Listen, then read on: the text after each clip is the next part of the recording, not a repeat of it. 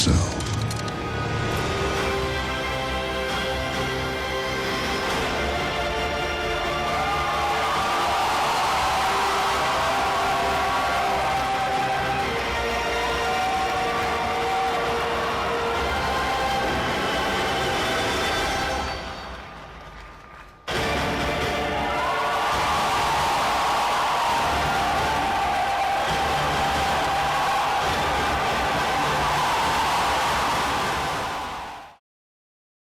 Hey YouTubers, it's Charlie. So big news, Thanos is on the set of Infinity War. They've started filming scenes. I'm sure they're doubling up for the other movies that he's going to appear in, but Josh Brolin in full mocap, speaking the words that are going to crush the universe. So it's so exciting, so let's break it down. So I just love that his mocap suit is purple. It just feels appropriate. Like you could make it gray if you wanted to, but they just went like the extra step beyond that and made it purple like Thanos' skin. So because we haven't seen a whole lot of in the MCU, I think that they've slowly been tuning him just a little bit, the way they write him, the way they write his dialogue. If you go back, in fact, I'd actually recommend that you go back and rewatch his scenes during Guardians of the Galaxy, like the kind of anachronistic way with which he speaks, like he's actually holding court. He has a castle here, only it's just a castle of rubble. He sits on top of a pile of rubble as if this is what the universe would look like under his rule. Part of the problem with that is that it is very true to the comics. You're like, oh yeah, you know, it sounds like the Thanos that I remember reading in Infinity Quest and Infinity Gauntlet and Infinity War. But the problem is when you put him on screen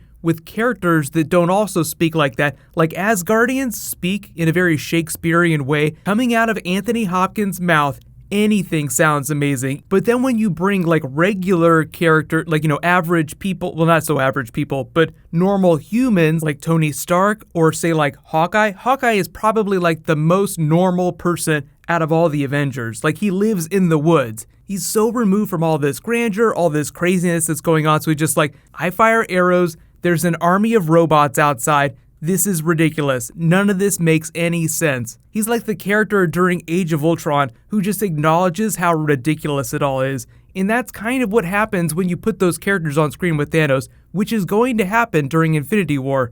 So I think in weaving him in very slowly throughout all these movies, they've been tuning him just a little bit, like just trying to figure out what the right mixture of grandeur and ridiculousness works on screen with real characters. Like they want it to be true to the comics, but they don't want you to laugh at him. You're actually supposed to be pretty afraid of him. He's supposed to be terrifying. So if he starts doing too many these and too many thous, then it completely takes you out of it and people won't take it seriously. So one of the first things I think they'll probably do, or they've probably done already because he's probably going to show up in Thor Ragnarok a little bit, is that they'll reduce the amount of actual dialogue that he has. He's way better when he's just smiling at you like an insane person, like, oh my God, what's he gonna do next? But we've never seen him get out of that chair. And I know the funny thing, like he's actually gotten out of the chair by the time he gets that glove. Like he has to stand up to put the gauntlet on in that post-credit scene. So he's already stood up, but he's sitting down here. So it's almost like he still has not gotten out of the chair. But you're still thinking of that funny Thor video. Who is the purple man? Does not like to sit up. So let me know in the comments, when we actually see Thanos on screen, how do you think that they're going to change him from the comics? Now, I think they're going to do it as close to the comics as they can, but I feel like the dialogue is going to get tuned just a little bit so that it's a little less ridiculous. But if you're wondering where they're actually at in the filming of Infinity War, they're just getting started. They were putting out casting notices for extras. The Russos posted this picture when it actually got started, when they actually went to Atlanta, like, it's on, bitches. Like, they're filming it at the same place where they filmed Guardians of the Galaxy, where they filmed Spider-Man Homecoming. So, like, Marvel has just kind of taken over Atlanta for the last couple of big films, with the exception of Thor Ragnarok. That's the only movie that's happening right now that isn't being filmed in Atlanta. But the thing about doing scenes with Thanos, like, the reason why they could probably do him earlier is because they're doing Thor Ragnarok right now. They need some Thanos in that movie, so it makes sense that they would bunch up Josh Brolin's shooting dates so that they could film scenes for Thor Ragnarok, like green screen type scenes, and they would also, back to back with that, shoot their Infinity War material with him too. So you don't necessarily need all the other actors on screen with Josh Brolin, as long as the directors are there and they can build the environment necessary for him to do the scene the way it needs to be done. You know, like if you don't need other actors there and an actor's that good, then great. Sometimes you actually need like another human being there to act with. It's really helpful for the actors. So the Russos look like they're just kind of talking him through a scene here. But just to do a quick history of Thanos, the way the Marvel's been using him in the Marvel Universe, you have to go all the way back to that first Avengers film. There was going to be way more Thanos in that than was actually in the final cut of the movie. Joss Whedon was the first person who came along and was like, whoa, pump the brakes on Thanos. You gotta weave him in way slower. So credit where credit is due, a lot of Marvel's Phase 1, Phase 2, Phase 3 plans up to Infinity War for Thanos started with Joss Whedon. Now obviously later directors like James Gunn, the Russos have decided how to use it, so his performance in those movies will largely be attributed to those directors. But Joss Whedon is like the granddaddy of the Thanos plans in the MCU. So come to Guardians of the Galaxy, the first time we actually see him on screen. So what ended up happening is they didn't cast Josh Brolin until right before they filmed that scene, which happened after they'd already done pretty much the entire movie, like they did at the very end of production as they were finishing post-production, because one, I think they were kind of trying to keep it a bit of a secret, so they wanted to wait till like the last possible minute just in case something got out. And two, he was in so few scenes, they didn't really need him to be on screen with the other actors, so they brought him in to like a green screen, like the way they shoot Tony Stark's heads-up display stuff, like Robert Downey Jr. goes into a green screen room, speaks the lines, and then they just digitally put all that other heads-up display stuff on top of him, so it looks like he's inside the helmet. It's kind of the same thing with Thanos, like they shoot Josh Brolin in a mocap suit, speaking the lines, and then they add all the CG later, like it's all done in a computer. So all that happened for Guardians of the Galaxy, like at the very end of production on that movie. So, very little Thanos, but still pretty cool. I mean, he didn't like get up and run around. He didn't kill anyone himself. He just sat there in the chair, smiled, yelled just a little bit, and then there was the small tag at the end of Age of Ultron, just kind of throwing forward to what's going to be happening in Infinity War. Fine, I'll do it myself. Also, just a very short scene that they brought Josh Brolin in at the very end of that movie for.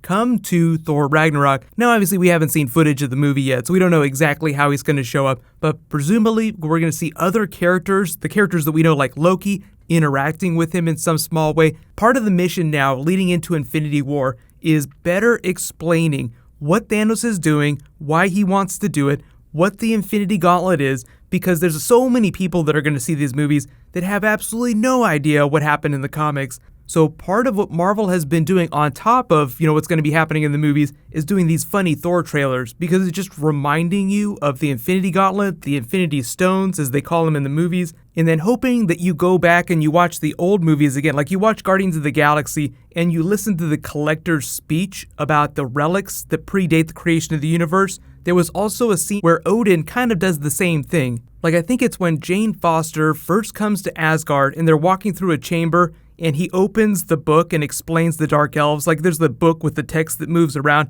He explains the Infinity Stones while that's going on too. So just expect more scenes like that in the next couple of movies where you're kind of like subtly reminded like, hey, remember there's an Infinity Gauntlet, there's a bunch of powerful stones, and then there's a purple guy in a chair like Thor's trying to figure out. So really what I'm hoping for from like the Russos is they're filming Infinity War. They start teasing stuff out on Instagram, like little pictures, just like little winks at what they're doing, is they show another actor working here with Josh Brolin in his mocap suit. So you're like, oh my god, we're finally going to see Robert Downey Jr. try to out-wisecrack Thanos. I don't think it's going to work. I don't think he's going to be able to wisecrack his way out of that situation. Or even a scene like this, with him hoisting Spider-Man up above his arms. That'd be so funny to see Josh Brolin like pick up Tom Holland and just chuck him across the room.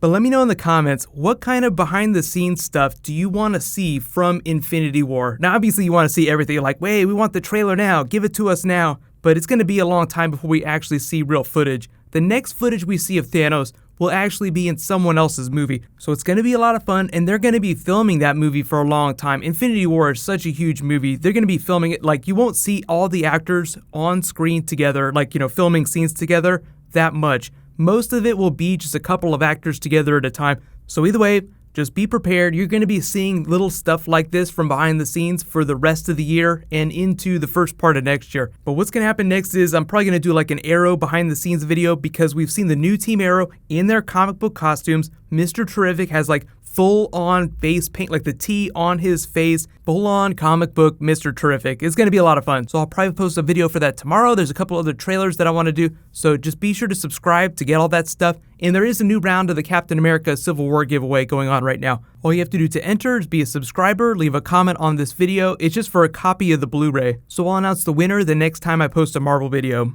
While you guys wait for that to post, you can click here for all my Spider-Man Homecoming behind the scenes, and you can click here to learn all about Thor Ragnarok. Thank you so much for watching, everybody. Let's high five. I'll see you guys tonight.